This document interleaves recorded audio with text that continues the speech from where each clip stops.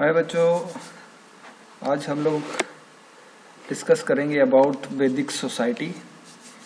पहले हमने वैदिक लिटरेचर पढ़ा था, आज हम लोग पढ़ेंगे वैदिक सोसाइटी के बारे में।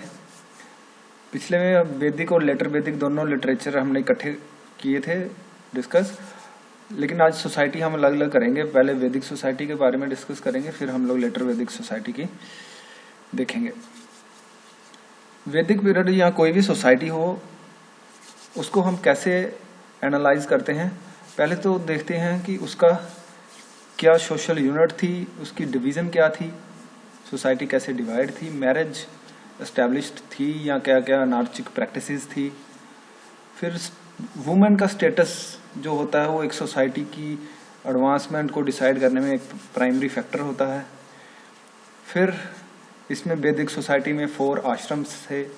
फिर उस सोसाइटी का पहनावा क्या है, खान पीन कैसा है, ये रहन सहन कैसा है, ये सब भी उस सोसाइटी का हिस्सा होते हैं और ये सोसाइटी की पोजीशन को डिसाइड करते हैं। ठीक है, हम लोग लेते हैं पहले वैदिक सोसाइटी की फर्स्ट सोशल यूनिट। वैदिक सोसाइटी की जो बेसिक सोशल यूनिट थी वो फैमिली थी। ठीक है, पैट्रियर्चियल फैमिली थी जो बेस था सोशल लाइफ का वहां का। जॉइंट फैमिली सिस्टम होता था नॉर्मली। फादर पैट्रियर्चियल फैमिली थी तो फादर जो होता था वो हेड होता था फैमिली का, और उसके बाद जो सबसे बड़ा बेटा वो फैमिली का हेड बनता था। लेकिन मदर की जो पोजीशन होती थी वो रिस्पेक्टेबल होती थी। बर्थ जो सन का बेटे का जो जन्म था वो एक खुशी का मौका माना जाता था। बच्चा अडॉप्ट करने की भी प्रक्रिया थी उस सोसाइटी में, लेकिन इतनी प्रेवलेंट नहीं थी। मोस्टली उसे अवॉइड ही किया जाता था। फिर आते हैं सोशल डिवीजन। सोसाइटी किन चीजों में डिवाइडेड थी। जनरली वैदिक सोसाइटी जो अर्ली वैदिक सोसाइटी थी वो आर्यन सोसाइटी 3 डिविजन्स में डिवाइडेड थी। एक तो पहले जो होते थे प्रीस्ट, ठीक है, ब्राह्मणास, फिर क्षत्रियास, और तीसरा विश यानी कि जनरल पब्लिक, और राजा और जो उसके प्रीस्ट होते थे, राजा, प्रीस्ट और जनरल पब्लिक। ये 3 ही डिवीजन थी। या फिर division on the basis of colours थी, जो आर्यंस और दासाज।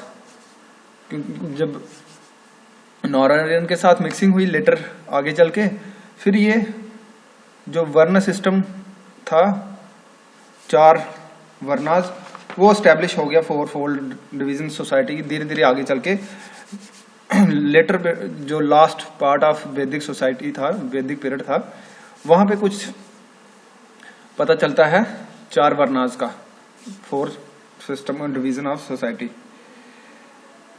फिर आते हैं कि मैरिज की क्या पोजीशन थी। मैरिज जो थी एज ए इंस्टीट्यूशन एस्टेब्लिश हो चुकी थी तब तक। अर्ली एज में मैरिज नहीं होती थी। नॉर्मली गर्ल्स की जो मैरिज थी वो 16-17 साल की एज में होती थी। कुछ लड़कियां बिना मैरिज के भी रहती थी और दूसरा विडो जो थी उनकी रीमैरिज करवा दी जाती थी। अगर किसी का हस्बैंड मर जाता था उसकी फिर से शादी कराई जाती थी, यानी कि विडो रीमैरिज प्रैक्टिस होती थी ऋग्वेद टाइम में और वैदिक टाइम में।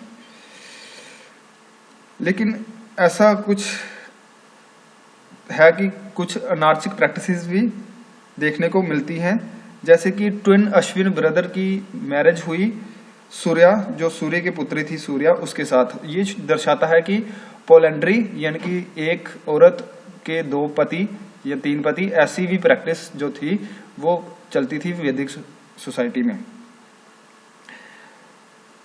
फिर सती सिस्टम तब कहीं देखने को नहीं मिलता है।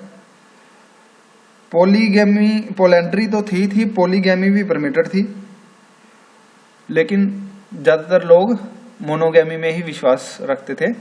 पोलेंड्री यानी कि एक आदमी की बहुत सारी पत्नियां, पॉलीगैमी। पोलेंड्री एक औरत और ज्यादा पति। ये प्रैक्टिसेस थी लेकिन ज्यादा नहीं थी। ज्यादातर लोग प्रेफर करते थे एक ही वाइफ यानी कि मोनोगमी।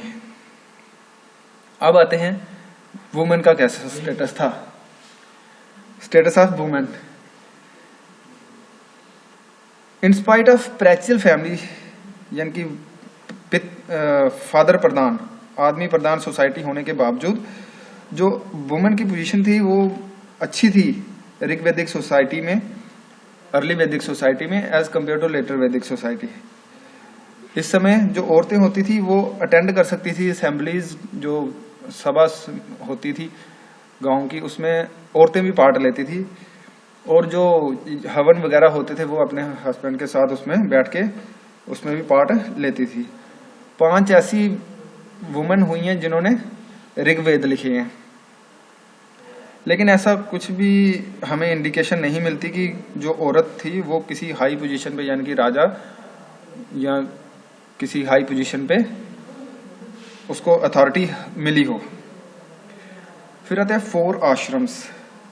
आश्रम सिस्टम डेवलप हो चुका था, इस वैदिक सोसाइटी का एक हिस्सा था। एक आदमी का जीवन 4 आश्रम्स में डिवाइड होता था। पहले उसको फर्स्ट पार्ट जिसमें उसको लिवरेज जीवन व्यतीत करना पड़ता था एज ए स्टूडेंट, फिर गृहस्थ जीवन, फिर वनस जंगलों में जाके तपस्या करनी, फिर संन्यास। तो ये 4 आश्रम सिस्टम डेवलप हो चुका था तब तक वैदिक सोसाइटी में। फिर आते हैं फूड एंड ड्रेसेस। नॉर्मली ऋग्वैदिक लोगों के मेन जो सीरियल था वो था यव, जो जिसको बोलते हैं यहाँ वारली, ठीक है। लेटर वैदिक में बहुत सारे चावल, गेहूं वगैरह और बहुत सारी प्रोडक्ट्स उगाना शुरू कर दिए इन्होंने। इसके साथ साथ मिल्क की प्रोडक्ट्स, ये सब पॉपुलर थी वैदिक टाइम्स में भी।